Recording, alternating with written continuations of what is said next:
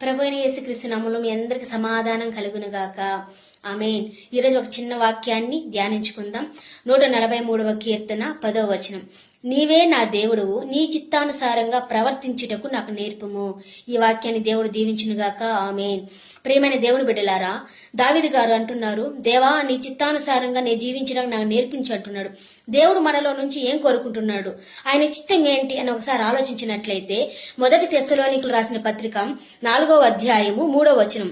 మీరు పరిశుద్ధులు అగుటయే అనగా మీరు జారత్వమునకు దూరముగా ఉండటయే దేవుని చిత్తము.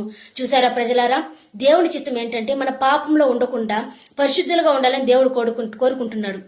ఎందుకంటే ఆయన పరిశుద్ధుడు, మనం కూడా పరిశుద్ధంగా జీవించాలి. ఎందుకంటే ఈ శరీరం అనే దేవుని ఆలయంలో జారత్వానికి పాపానికి చోటులో ఉండకూడదు. ఎందుకంటే ఇది దేవుని ఆలయం. కాబట్టి దేవుడు అంటున్నాడు, మీరు పరిశుద్ధులు అగుటకే మీరు పిలువబడ్డారు, అపవిత్రులు అవ్వడానికి కాదు. కాబట్టి దేవుని చిత్తం నెరవేరాలంటే మన శరీరాన్ని మనం భద్రంగా కాపాడుకోవాలి. దేవుని రాకడ వరకు మన ఆత్మని దేవుడికి ఇచ్చేంత వరకు మన జీవితాన్ని ఆయనకి ఇష్టానుసారంగా జీవించాలి. మన ప్రవర్తనని ఆయన ఒప్పించాలి. ఆయన చిత్తానుసారంగా మనం జీవించినట్లయితే మన పరలోక రాజ్యం చేరుకుంటాం. ఈ వాక్యాన్ని దేవుడు దీవించునుగాక. ఆమేన్.